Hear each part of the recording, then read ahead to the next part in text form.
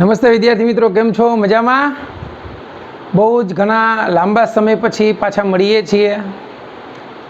કોવિડ-19ની વાતો કરતાં કરતાં કોવિડ-19નું પોઝિટિવ થઈ ગયો, બરાબર, પાછો નેગેટિવ થઈ ગયો.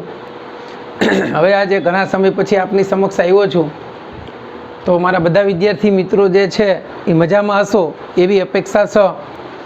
આજે આપણે ધોરણ 12 ચેપ્ટર 4ની અંદર ટોપિક ગેલ્વેનોમીટર એટલે શું, ગેલ્વેનોમીટર જે છે એની કાર્ય પદ્ધતિ, એનો સિદ્ધાંત અને ગેલ્વેનોમીટરનું એ મીટર તથા વોલ્ટમીટરની અંદર કઈ રીતે રૂપાંતરણ થાય એના વિશે સમજૂતી આપણે મેળવીશું. બાળકો, ગેલ્વેનોમીટર જે છે એ વિદ્યુત પ્રવાહ અને વોલ્ટેજ માપવા માટેનું પાયાનું ઉપકરણ છે. ગેલ્વેનોમીટર જે છે એ વિદ્યુત પ્રવાહ અને વોલ્ટેજ, ગેલ્વેનોમીટરની મદદથી તમે વિદ્યુત પ્રવાહ અને વોલ્ટેજ બંને માપી શકો છો. વિદ્યુત પ્રવાહ અને વોલ્ટેજ માપવાનું પાયાનું ઉપકરણ છે.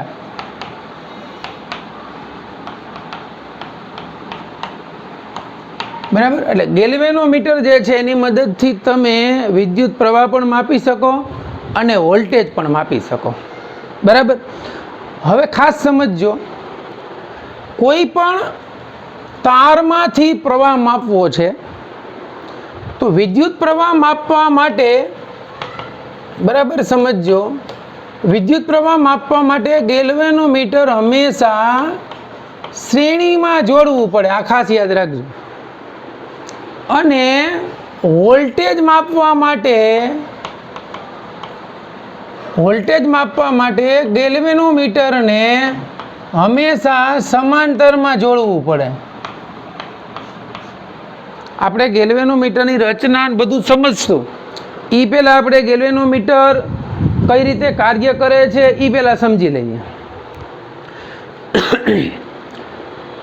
આપણને આ મગજમાં બેસી જવું જોઈએ કે વિદ્યુત પ્રવાહ માપવો હોય તો ગેલ્વેનોમીટરને શ્રેણીમાં જોડવું પડે અને વોલ્ટેજ માપવા હોય તો ગેલ્વેનોમીટરને સમાંતરમાં જોડવું પડે.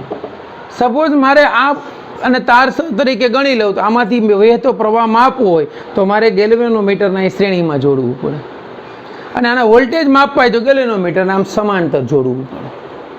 એટલું ક્લિયર બાળકો? ઓકે. તો હવે આપણે અહીંયા પહેલાં એ સમજીએ કે ગેલ્વેનોમીટર કયા સિદ્ધાંત ઉપર કામ કરે છે.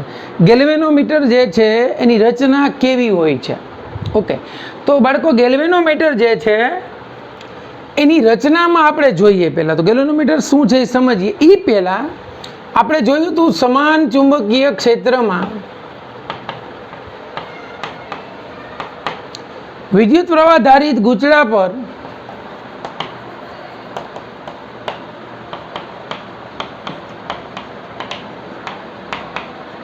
લાગતું ટોર્ક. આના મેં મિત્રો 2 વિડીયો બનાવ્યા હતા, બરાબર છે. એક હતો સમાન વિદ્યુત ક્ષેત્રમાં ગૂંચળાને લંબરૂપે રાખવાનું, ત્યારે એના ઉપર લાગતું ટોર્ક, અને બીજો વિડીયો હતો સમાન વિદ્યુત ક્ષેત્રની અંદર ગૂંચળાને કોઈ પણ ખૂણે રાખવામાં આવે ત્યારે એમના પર લાગતા ટોર્કનું સૂત્ર. તો જ્યારે ગૂંચળાને કોઈ પણ ખૂણે રાખો છો ચુંબકીય ક્ષેત્રની અંદર, ત્યારે એમાં કોઈ પણ ખૂણે ઉદ્ભવતું ટોર્કનું સૂત્ર જો લખવું હોય તો એ સૂત્ર આપણને હતું ટોર્ક ટો બરાબર BINA, બીના સાઇન થીટા, અથવા તો આ torque toe is equal two, અહીંયા આપણે આને મ્યુ કીધું હતું, NIA, મ્યુ ક્રોસ બી, જ્યાં mu is equal two NIA. આ એની ચુંબકીય ચાક માત્રા કહેવાય, એને આપણે એમ પણ કહેતા હતા. બરાબર, જેમ ઓમાં વિદ્યુત ડાયપોલ મોમેન્ટ હતી એમ અહીંયા ચુંબકીય ડાયપોલ મોમેન્ટ છે. બરાબર, ચાલો હવે આ ટોર્ક છે એ મહત્તમ ટોર્ક ક્યારે હોય? તો અહીંયા મહત્તમ ટોર્ક માટે ટો મેક્સિમમ ક્યારે હોય? તો કે જ્યારે થીટા બરાબર π/2 હોય. હવે બરાબર સમજો બાળકો કે આ ટોર્કનું મૂલ્ય બી ઉપર આધાર રાખે, આઈ ઉપર આધાર રાખે, એન ઉપર આધાર રાખે, એ ઉપર આધાર રાખે અને થીટા ઉપર આધાર રાખે. અહીંયા હું સમાન ચુંબકીય ક્ષેત્ર કહી દઉં છું એટલે બી અચળ થઈ ગયું. પ્રવાહ ફિક્સ કરી નાખું, આટાની સંખ્યા ગુચડામાં છે એ ફિક્સ થઈ ગયા, આડછેદનું ક્ષેત્રફળ ફિક્સ છે, માત્ર થીટા બદલાશે. તો ટોર્ક મહત્તમ જ રીએ. બરાબર સમજજો, ગુચડા આજે ગેલ્વેનોમીટર એ સિદ્ધાંત ઉપર કામ કરે છે કે ટોર્ક મહત્તમ જ રીએ. એ માટે તમારે તો કે બી પરપેન્ડિક્યુલર એ રહેવું જોઈએ.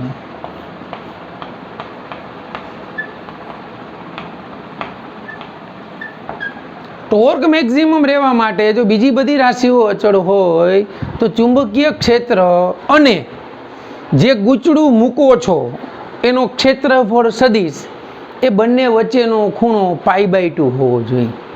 રાઈટ? ઓકે. હવે હું તમને કહું ગેલ્વેનોમીટરની રચના.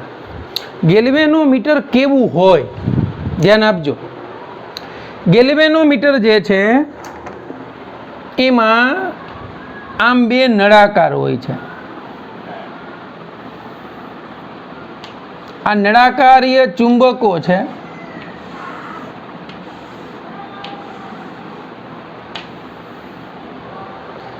આ એનો એન ધ્રુવ છે, આ એનો એસ ધ્રુવ છે. બરાબર સમજજો.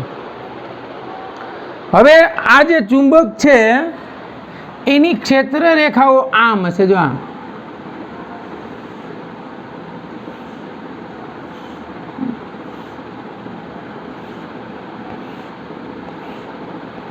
આ તો આપણે એટલી જ દર્શાવી છે કારણ કે ક્ષેત્ર રેખા અહીંથી લંબ હશે આમ, એટલે એની ક્ષેત્ર રેખાઓ આપણે હજી આમ દર્શાવી એની જગ્યાએ આમ દર્શાવી શકીએ આ રીતે.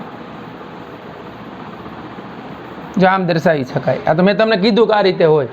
અહીંથી ક્ષેત્ર રેખાઓ આમ બહાર આવે, આમાંથી આમ અંદર જાય લંબ રૂપે. જો આમ બરાબર. એટલે આ સમાન ચુંબકીય ક્ષેત્ર છે. હવે અહીંયા એક ફ્રેમ લેવાની, હળવી ફ્રેમ, એની ઉપર આ તાર વીંટવાનો એટલે ગૂંચળું થઈ ગયું. આ તો આ જે ગૂંચળું મૂક્યું છે એનો ક્ષેત્રફળ સદિશ બાળકો આમ છે. સમાન ચુંબકીય ક્ષેત્ર આ તમારું આમ થયું, એનથી એસ. ગૂંચળું આમ રાખ્યું તો ગૂંચળું જ્યારે આમ હોય ત્યારે આ ચુંબકની આ ક્ષેત્ર રેખા વર્ક કરે. બરાબર સમજો. પરંતુ બી અને એ વચ્ચેનો ખૂણો હંમેશા π/2 રહે. હવે માનો કે આ ગૂંચળું ફરીને આમ થયું સપોઝ, જોજો તો એનો ક્ષેત્રફળ સદિશ આમ આવ્યો તો ચુંબકીય ક્ષેત્રની આ ક્ષેત્ર રેખા કામ કરે. આ નળાકારી આમ નળાકાર હોય, મેન્ટેન કરવા માટે અહીંયા અંદરના ભાગમાં નક્કર નળાકાર હોય અને નીચેના ભાગમાં આમ એવો ચોક જેવો હોય. અને અહીંયા હજી એક સ્પ્રિંગ હોય. બરાબર સમજજો, એક સ્પ્રિંગ હોય. જો આમ એ તમે આકૃતિમાં જોશો બુકમાં એટલે તમને દેખાશે. આ બધું એક ધરી ઉપર હોય. ઘડિયાળમાં કેમ ધરી હોય તો ડાયલ હોય, ડાયલ ઉપર મોટો કાંટો, નાનો કાંટો, સેકન્ડ કાંટો હોય, એમાં એમ જ હોય. નીચે નળાકાર હોય, નળાકાર ઉપર છે જગ્યાએ ખૂટો, એની ઉપર આડી પટ્ટી હોય, એની ઉપર ઓલી લૂપ વીટેલું હોય પાતળું. એ લૂપ કઈ રીતે હોય તો કે નાનકડા આ બોક્સ લઈ લઈ અને આ બોક્સમાં આમ તાર વીટી ગયો ને એ રીતે, એટલે આ લંબચોરસ લૂપ થયું. હવે સ્પ્રિંગ હોય, એ એની નીચેના ભાગમાં સ્પ્રિંગ હોય. પછી આની ઉપર હજી આનો ડાયલ કાંટો હોય. અહીંયા ગેલ્વેનોમીટરનો સ્કેલ હોય. અત્યારે આપણે જે નોર્મલ ગેલ્વેનોમીટર વાપરીએ છીએ ને એમાં 0 થી 30 કાપા હોય. કેટલા? પણ કઈ રીતે હોય તો કે 0 એનો અહીંયા હોય, ધ્યાન આપજો, અને બંને બાજુ 30-30 હોય આમ. કારણ કે ગેલ્વેનોમીટરમાં આવર્તન બંને બાજુ દર્શાવે. ગેલ્વેનોમીટરનું કામ પ્રવાહ માપવાનું નથી, યાદ રાખજો. એને એ મીટરમાં રૂપાંતર કરો પછી પ્રવાહ મપાય. અત્યારે તો ગેલ્વેનોમીટરનું કામ માત્ર ને માત્ર પ્રવાહની હાજરી દર્શાવે છે કે નહીં જોવાનું છે. પછી એને માપવા માટે ગેલ્વેનોમીટરને એ મીટર કે વોલ્ટમીટરમાં બદલાવવું પડે. આ જે ગેલ્વેનોમીટરનો સ્કેલ છે એમાં શૂન્યનો કાંટો છે. તમે ત્રીજા ચેપ્ટરની અંદર બે વસ્તુ ભણી ગયા બાળકો, એક વિસ્ટન બ્રિજ અને એક ભણી ગયા પોટેન્શિયોમીટર.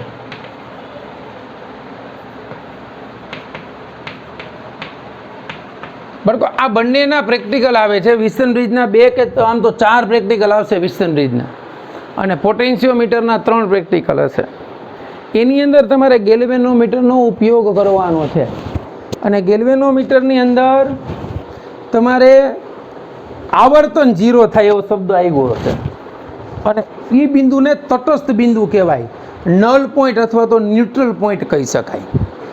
એમ આ સ્થિતિ વિચારો તો એને ગેલ્વેનોમીટરની ન્યુટ્રલ સ્થિતિ કહેવાય, કે જ્યાં ગેલ્વેનોમીટરનું કોણાવર્તન નથી થતું.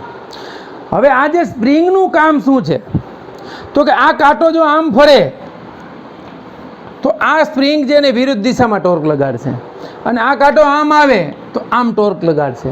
એટલે આનું કામ પુનઃસ્થાપક ટોર્ક લગાડવાનું. એટલે સ્પ્રિંગને ખેંચો તો કેમ એમાં બળ ઓલી દિશામાં લાગે, એમ આ આમ ફરે તો મૂળ દિશામાં તો લઈ આવું ને. તમે બ્રેક લગાડો છો ત્યારે પટ્ટા વ્હીલ સાથે ઘસાય છે, એના ડ્રમ સાથે, પણ પાછા મૂળ સ્થિતિમાં લાવવા માટે એમાં પણ સ્પ્રિંગ હોય છે. તો આ કાંટો ફર્યો ગેલ્વેનોમીટરનો મૂળ સ્થિતિએ લાવવા માટે સ્પ્રિંગ હોય છે, એટલે એમાં પુનઃસ્થાપક ટોર્ક લાગે. અને આ ગેલ્વેનોમીટર છે બાળકો, એમાં હંમેશા સમાન ચુંબકીય ક્ષેત્ર, એટલે કે એમાં હંમેશા ત્રિજ્યાવર્તી ચુંબકીય ક્ષેત્ર હોય છે. અને ત્રિજ્યાવર્તી ચુંબકીય ક્ષેત્ર રાખવા માટે એની અંદર એક નાનો લોખંડનો મતલબ નળાકાર ધાતુનો રાખવામાં આવે છે. ત્રિજ્યાવર્તી ચુંબકીય ક્ષેત્ર એટલે કંઈ નથી, મેં તમને કીધું એમ. જો ગૂંચળું આમ હોય તો એનો ક્ષેત્રફળ સદિશ આ થયો તો આ ક્ષેત્ર રેખા કામ કરે. આ ગૂંચળું આમ હોય તો એનો ક્ષેત્રફળ સદિશ આ છે તો આ ક્ષેત્ર રેખા કામ કરે. મતલબ બી અને એ વચ્ચેનો ખૂણો હંમેશા π/2 જ લઈએ, અને π/2 રહીએ માટે ગૂંચળા ઉપર લાગતો ટોર્ક કેટલું થશે? BI/NA. અને ગૂંચળું જે પરિભ્રમણ મતલબ આમ કોણાવર્તન કરે છે ત્યારે ઉદ્ભવતું પુનઃસ્થાપક ટોર્ક એના કોણાવર્તન ફાઈના સમપ્રમાણમાં થાય. તો અહીંયા જે અચળાંક લખો છો એ કે છે, એને એનો વળ અચળાંક કહેવાય, કારણ કે વળ ચડે છે. તો ટો બરાબર કે ફાઈ અને ટો બરાબર બીના સમીકરણ 1 અને 2 એ બંનેને સરખાવો બાળકો, તો બીના ઇઝ ઇક્વલ ટુ કે ફાઈ થયું. ખબર પડી? અને એના ઉપરથી ફાઈ બરાબર BNA I/K. આ કોણાવર્તન તમને મળી ગયું. આ સૂત્ર તમારી ટેક્સ્ટ બુકની અંદર આપ્યું હશે કે ચુંબકીય ક્ષેત્ર અથવા તો એનું કોણાવર્તન ફાઈનું સૂત્ર BNA I/K. આની અંદર 2-3 વસ્તુ જ મહત્વની છે. એક આ ત્રિજ્યાવર્તી ચુંબકીય ક્ષેત્ર જાળવી રાખવાનું કામ કોણ કરે છે? નળાકાર. ત્રિજ્યાવર્તી એટલે ત્રિજ્યાની દિશામાં. આ માનો કે નળાકાર આ ચુંબકીય ક્ષેત્ર છે આમ છે, એટલે આ ગૂંચળું આમ હોય, એનું ક્ષેત્રફળ સદિશ આમ હોય તો આ ક્ષેત્ર રેખા કામ કરે. બે વચ્ચેનો ખૂણો ઓલવેઝ કેવો હશે? 90. ઓકે, ચાલો.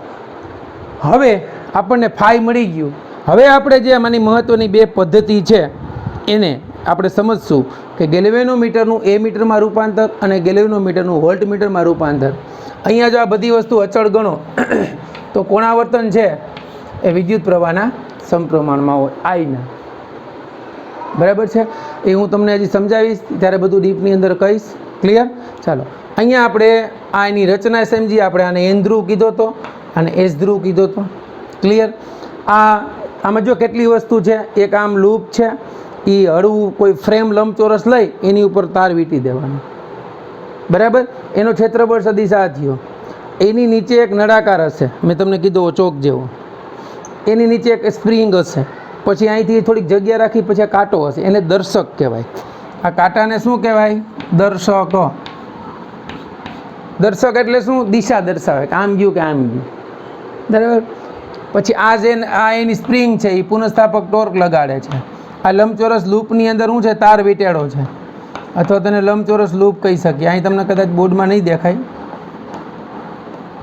આ લંબચોરસ લૂપ છે. બરાબર? ક્લિયર? અને આ જે નળાકાર છે, અહીંયા એક અંદરના ભાગમાં નળાકાર હશે, એ નળાકારનું કામ શું છે? ત્રિજ્યાવર્તી ચુંબકીય ક્ષેત્ર જાળવી રાખવાનું. ક્લિયર? ચાલો એટલું નોટ કરી લ્યો, પછી આપણે ગેલ્વેનોમીટરનું એમીટરમાં રૂપાંતર જોઈએ. ઓકે વિદ્યાર્થી મિત્રો, હવે આપણે ગેલ્વેનોમીટરનું એમીટરમાં રૂપાંતરણ સમજવાનું છે. બરાબર સમજજો. હવે ગેલ્વેનોમીટરને મેં તમને વાત કરી સૌથી પહેલાં કે જો ગેલ્વેનોમીટરનું એમીટરમાં રૂપાંતરણ કરવામાં આવે સીધે સીધું તો શું થાય? તો કે તો એમાં બે પ્રકારની મુશ્કેલીઓ નડે છે. કેમ? તો કે એક તો એમીટરમાં રૂપાંતરણ કરવું હોય ને, તો ધારો કે આપણી પાસે એક આ તાર છે, એ તારનો પોતાનો કાંઈક અવરોધ હશે. હવે મારે ગેલ્વેનોમીટરને સીધું અહીંયા જોડવું પડે, એટલે આ ગેલ્વેનોમીટરનો પોતાનો અવરોધ છે, એને આપણે કીધો RG. બરાબર, રેઝિસ્ટન્સ ઓફ ગેલ્વેનોમીટર. આ તાર છે એ માપવો છે મારે, એટલે મેં આને સિરીઝમાં જોડ્યું આ ગેલ્વેનોમીટર. હવે બરાબર સમજો, શ્રેણીની અંદર જે જોડેલું હોય એ પ્રવાહને મેક્સિમમ જવા દે, એટલે એનો અવરોધ લગભગ શૂન્ય હોય. એટલે એ મીટર જે છે એનો અવરોધ લગભગ શૂન્ય હશે. અને વોલ્ટમીટર સમાંતરમાં જોડેલું હોય, એટલે વોલ્ટમીટરનો અવરોધ મેક્સિમમ હશે. અને અવરોધ મેક્સિમમ એટલે ઓહમના નિયમ મુજબ આપણને ખબર છે. બરાબર? ઓકે. હવે આ ગેલ્વેનોમીટરને જો સીધે સીધું એ મીટરમાં રૂપાંતરણ કરવામાં આવે તો બે મુશ્કેલીઓ નડે છે. બે મુશ્કેલીઓ કઈ? આ તારમાંથી પસાર થતો પ્રવાહ મારે માપવો છે, અને હું જો ગેલ્વેનોમીટરને સીધું શ્રેણીમાં જોડી દઉં તો ગેલ્વેનોમીટરની રચનામાં આપણે જોયું હતું કે એની જે કોઇલ છે એ ખૂબ જ સૂક્ષ્મ માત્રાનો પ્રવાહ સહન કરી શકે, એટલે એ કોઇલ વધારે પ્રવાહ પસાર થવાથી બળી જાય. એટલે પહેલો પ્રશ્ન એ રીએ, આપણી ભાષામાં કહીએ તો આપણું ગેલ્વેનોમીટર ભૂત થઈ જાય, સ્વાહા. હવે શું કરવું ભાઈ? તો એને એક રસ્તો આપ્યો કે તમારે આમાંથી પસાર થતો પ્રવાહ માપવો છે, તો જ્યાં ગેલ્વેનોમીટર જોડેલું છે, સાંભળજો, ગેલ્વેનોમીટર જોડેલું છે એ મુશ્કેલીનું નિવારણ છે. એ આપણે સમજીએ એ પહેલાં બીજી મુશ્કેલી જોઈ લઈએ. આની બીજી મુશ્કેલી શું છે? હાલો એવું માનીએ કે કોઇલમાંથી પ્રવાહ વધારે પસાર નથી થતો, તો આ તારનો અવરોધ R છે અને ગેલ્વેનોમીટરનો અવરોધ RG છે. તો બંને શ્રેણી જોડાણમાં થયા, શ્રેણી જોડાણનો RS ગણો તો R પ્લસ RG થાય, અને R પ્લસ RG થાય તો તમે પ્રવાહ માપો તો Vના છેદમાં RS થયું, Vના છેદમાં RS એટલે Vના છેદમાં R પ્લસ RG થયું. તો આ પ્રવાહ જે છે એ ખોટો માપે. ખોટો શું કામ માપે એ ખ્યાલ આવ્યો? કારણ કે અહીંયા ગેલ્વેનોમીટરનો અવરોધ ઉમેરાણો. હવે થાય શું? તો કે હવે પ્રશ્ન એ રહીએ કે હવે આ મુશ્કેલીનું નિવારણ કેમ કરવું? તો આ મુશ્કેલીના નિવારણ માટે એનું નિવારણ સરસ મજાનું કીધું. એનું નિવારણ શું? તો કે ગેલ્વેનોમીટરને સમાંતર લઘુ મૂલ્યનો એક અવરોધ, એને RS કહેવાનું, જેને શન્ટ કહેવાય. આના નિવારણ માટે આ મુશ્કેલીઓના ગેલ્વેનોમીટરને સમાંતર લઘુ અવરોધ RS, અથવા તો એને ખાલી એ શન્ટ કહે. લઘુ અવરોધ એને શન્ટ પણ કહે છે. લઘુ અવરોધ જોડવામાં આવે છે. હવે બાળકો આ લઘુ અવરોધ જોડો ને એટલે મુશ્કેલીનું નિવારણ થઈ જાય. વિચારો કેમ થાય? હે, આપણને બે મુશ્કેલી નડતી હતી. એક મુશ્કેલી કઈ હતી? એક મુશ્કેલી કઈ હતી બોલો? એક તો આપણું ગેલેમેન્ડો બળી જાય. બીજી કઈ હતી? તો કે ભાઈ એનો અવરોધ ઉમેરાય. એના નિવારણ માટે શું કર્યું ભાઈ? સમાંતરમાં શન્ટ જોડી દીધો, લઘુ અવરોધ. એટલે તમારું ગેલ્વેનોમીટર ખરેખર તમે જુઓ ને તો તમારું ગેલ્વેનોમીટર તમે આમ કહી શકો ભાઈ કે આ મારું ગેલ્વેનોમીટર છે, આ એનો અવરોધ છે, એને આપણે આરજી કીધો. બુક્સની અંદર તમને આવી રચના આપી છે એ મીટર માટેની. અહીંયા લખી શકીએ કે ગેલ્વેનોમીટરનું એ મીટરમાં રૂપાંતરણ. એ તો મેં ટોપિકમાં લખ્યું જ, બરાબર? ઓકે. તો ગેલ્વેનોમીટરને સમાંતર લઘુ અવરોધ જોડ્યો તો હવે થાય શું? જો ગેલ્વેનોમીટરનો અવરોધ વધારે હોય તો બધે પ્રવાહ અહીંથી પસાર થઈ જાય. કિર્ચોફનો નિયમ અહીં લાગુ પાડો ભાઈ. આ પ્રવાહ આઈ હતો, શંટમાં ગયો એને આઈએસ કયો, ગેલ્વેનોમીટરમાંથી ગયો એને આઈજી કયો, પૂરું થઈ ગયું. અહીંયા પાછો આઈ મળી ગયો તો કે હા. ન તો આપણને ગેલ્વેનોમીટર બળવાનો ભાઈ, ન તો એમાંથી એનો અવરોધ ઉમેરાવાનો ભાઈ. હવે આ સરવાળો મળી ગયો, આ લઘુ અવરોધ છે એટલે આપણને ખબર પડી ગઈ પ્રવાહ કયો માર્ગ પસંદ કરશે, જ્યાં અવરોધ ઓછામાં ઓછો હશે એ. એટલે અહીંથી પ્રવાહ પસાર થઈ જશે મોટા ભાગનો. એટલે આપણો પ્રોબ્લેમ સોલ્વ થઈ ગયો. ક્લિયર બાળકો? તો આ એની મુશ્કેલીનું નિવારણ થયું. હવે આનું સૂત્ર બાળકો તમને બુક્સની અંદર નથી આપ્યું પણ આપણે તારવીએ છીએ. બહુ સિમ્પલ છે. એક કિર્ચોફનો નિયમ અહીં લાગુ પાડો એટલે આઈ બરાબર તમને મળે આઈજી પ્લસ આઈએસ, જ્યાં આ શંટમાંથી પસાર થતો પ્રવાહ છે. બરાબર સમજજો. હવે આઈ બરાબર આઈજી પ્લસ એસ મળી ગયું. હા, હવે આ લૂપ માટે કેએસએલ લાગુ પાડો.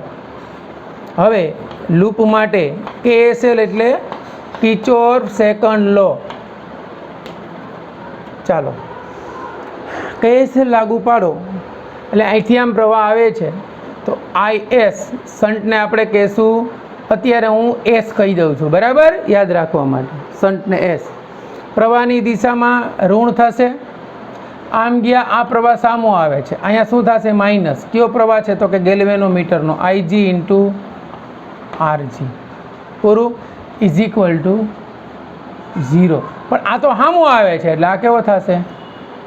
પ્લસ. તો તમને શું મળ્યું સૂત્રમાં?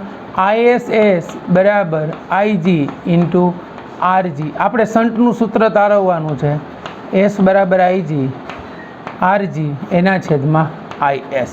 આ સૂત્ર ઉપરથી તમે આઈએસને સૂત્રનો કરતા બનાવો તો અહીં આઈએસ બરાબર થશે આઈ માઇનસ આઈજી. થાય ને?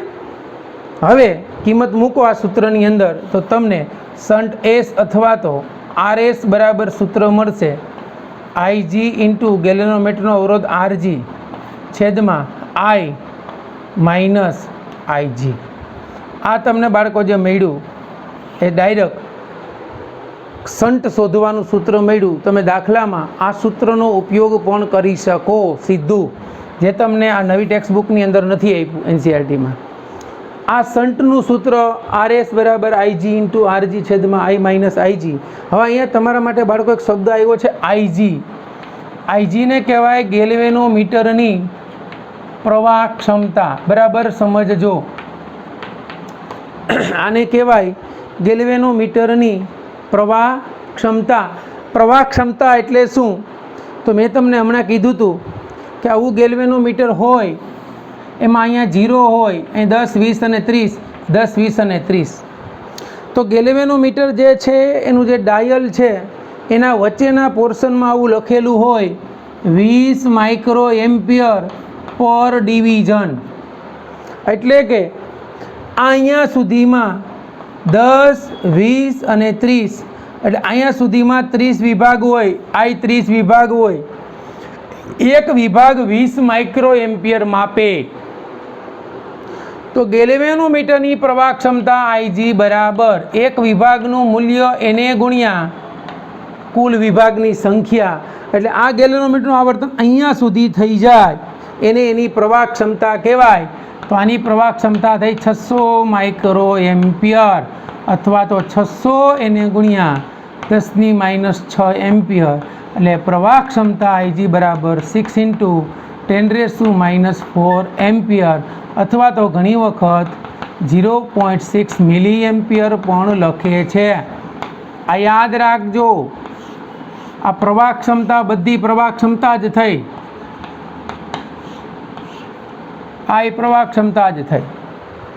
પ્રવાહ ક્ષમતા એટલે શું?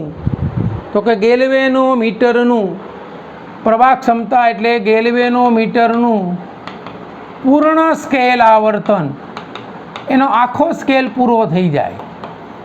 મોટાભાગના ગેલેનોમીટરની પ્રવાહ ક્ષમતા અત્યારે 600 હોય, પણ અલગ અલગ રેન્જના ગેલેનોમીટર પણ આવે છે માર્કેટમાં, બરાબર? તો એ જુદા જુદા હોઈ શકે. એટલું ક્લિયર થયું બાળકો? હવે આવે છે, જો બરાબર સમજજો, આ પ્રવાહ ક્ષમતા તમને ખબર પડી ગઈ. હવે આનું એક સૂત્ર હમણાં આપણે તાર્યું હતું કે બીના બરાબર કે ફાઈ, યાદ રાખજો. તો ફાઈ બરાબર આવું હતું, બી એને એના છેદમાં કે ઇન્ટુ આઈ. તો phi by I is equal to NBA by K. આ ખાસ સમજવા જેવું છે. આ ફાઈ બાય આઈને ગેલ્વેનોમીટરની પ્રવાહ સંવેદિતા કહેવાય. પ્રવાહ સંવેદિતા, એની સેન્સિબિલિટી. હવે તમને એમ થાય કે સર પ્રવાહ સંવેદિતા એટલે શું? કોઈ વ્યક્તિને આમ સંવેદિતા એટલે શું? સંવેદના અનુભવી. આપણે સાદા અર્થમાં સમજવું, કોઈ વ્યક્તિનો ધક્કો મારું, આમ માર્યું ન પડ્યો, હજી જોરથી માર્યું ન પડ્યો, એનો મતલબ એની સંવેદિતા કેવી છે? તો કે વધારે છે. કોઈ વ્યક્તિને આમથી દડો પડી જાય, એની સંવેદિતા ઓછી છે. એમ ગેલ્વેનોમીટરની તો તમે પ્રવાહ પસાર કરો ને એટલે આ કાપો ધ્રુજવા માંડે. ઓલું દર્શક વધારે પ્રવાહ હોય ને તો એની સંવેદિતા ઓછી હોય. ક્યારે ઓછી હોય? તો કે જેમ પ્રવાહ વધારે હોય એમ. ફાઈ બાય આઈને બરાબર સમજજો. ફાઈ બાય આઈને પ્રવાહ સંવેદિતા કહેવાય. હવે ચુંબકીય ક્ષેત્ર તો સમાન છે, ગૂંચળું તો ફિક્સ કરી દીધું એટલે ક્ષેત્ર પર સદિશ સમાન, કે અચળ. તો પ્રવાહ સંવેદિતા ગૂંચળાના આટાની સંખ્યા એન ઉપર આધાર રાખે છે. ગૂંચળામાં વીંટળેલા તારની આટાની સંખ્યા ઉપર જેમ એન વધશે એમ પ્રવાહ સંવેદિતા વધશે. એન વધે એમ પ્રવાહ સંવેદિતા વધશે. ક્લિયર થયું બાળકો? ચાલો એટલું નોટ કરી લો, એટલે પછી જ્યાં આપણે આગળ વધીએ છીએ. ચાલો જુઓ, હવે આપણે એક સૂત્ર તાર્યું હતું અહીંયા શન્ટનું, RS બરાબર S is equal two IG into RG છેદમાં I માઇનસ IG, જ્યાં IG બરાબર ગેલ્વેનોમીટરની પ્રવાહ ક્ષમતા. બરાબર? પ્રવાહ ક્ષમતા એટલે શું? તો કે ગેલ્વેનોમીટર આ શૂન્યનો કાપો હોય ત્યાંથી આખે આખું કોણાવર્તન દર્શાવી દે ને એની પ્રવાહ ક્ષમતા કહેવાય. બરાબર? હવે ખાસ સમજજો, એક સૂત્રના ઉપરથી હજી આપણે તારવવાનું છે. ઓકે, એ સૂત્ર મેં એક આ તમને તારવી દીધું કે phi by I is equal to NBA by K. હજી વ્યાપક સૂત્ર તારવવાનું છે. આને કહેવાય પ્રવાહ સંવેદિતા. તો ખરેખર પ્રવાહ સંવેદિતા ફાઈ બાય આઈ મેં તમને કીધું કે એન ઉપર આધારિત છે. એન વધે તો સંવેદિતા વધે. જેમ પ્રવાહ વધે એમ આવર્તનમાં ફેરફાર થાય. ક્લિયર? હવે જોજો, હું એમ કહું એક આ તાર છે અને એક આ તાર છે. ચાલો, આ એક તાર, આ બે તાર, આમાં કોની સંવેદિતા વધુ? ચાલો, ગૂંચળાની અંદર તાર, ગેલેનોમીટરમાં તાર નથી આવતું, ગૂંચળું આવે. હવે હું તમને આનો આન્સર આપું છું બાળકો, કે આ તારમાંથી આપણે આટા બનાવીએ N1 છે, આમાંથી આટા બનાવીએ N2 છે. આનું લૂપ બનાવીએ ને તમે આમ બનાવો છો આટા, એટલે આમાં 6 આટા બન્યા છે. અને આનું લૂપ બનાવો છો, એના 4 આટા બન્યા છે. હવે બરાબર સમજજો, એટલે ગેલ્વેનો તમારે પોટેન્શિયોમીટરની અંદર જે વસ્તુ આવશે એ જુદી હશે ને એ જુદી હશે, એમાં લેન્થ ઉપર આધાર રાખે છે. અહીંયા આની આટાની સંખ્યા 6 છે અને આની 4 છે, તો તમે વિચારો કોની સંવેદિતા વધારે થઈ? આ તારની. ક્લિયર થયું બાળકો? આ ઓકે. તો આ સંવેદિતાની વાત થઈ. હવે મારે એક વ્યાપક સૂત્ર તારવવું છે. માનો કે એ મીટરમાં રૂપાંતરણ કર્યું તો હવે એની પ્રવાહ ક્ષમતા બરાબર સમજો. પ્રવાહ ક્ષમતા IG ઇઝ ઇક્વલ ટુ મારે n ગણી કરવી છે, એટલે વ્યાપક થઈ ગયું, ગમે એટલા ગણી કરી શકું. n ગણી કરું તો મારે શન્ટ કેટલો રાખવો પડે? તો એસનું સૂત્ર આપણે લખવું હોય તો IG RG એટલે પ્રવાહ ક્ષમતા, એટલે એમાંથી પસાર થતો પ્રવાહ ગણાય, એ એટલો રાખવો છે. તો I માઇનસ IGમાં જો તમે આઈની કિંમત મૂકો IG ઇન્ટુ RG, I એટલે NIG માઇનસ IG, તો શન્ટનું સૂત્ર IG RG એના છેદમાં IG કોમન n-1, એટલે આ તમને વ્યાપક સૂત્ર મળી ગયું RG છેદમાં n-1. ઘણી વખત ગેલ્વેનોમીટરના અવરોધને ખાલી G કહે છે અને શન્ટને S કહે છે. તો આ સૂત્ર આ રીતે એનું વ્યાપક સૂત્ર થાય. ઓકે બાળકો. તો આ ગેલ્વેનોમીટરનું જે શન્ટ જોડેલો છે એ શન્ટનું સૂત્ર છે એ આપણે તારવ્યું. ક્લિયર? તો આ લેક્ચર જે છે બાળકો અહીં સુધી રાખીએ છીએ. નેક્સ્ટ લેક્ચરની અંદર આપણે ગેલ્વેનોમીટરનું વોલ્ટમીટરમાં રૂપાંતરણ અને એનો એક ઉદાહરણ છે એની ચર્ચા કરીશું. તમને સમજાઈ ગયું છે બરાબર? એવી અપેક્ષા રાખું છું. ચાલો, બેસ્ટ ઓફ લક.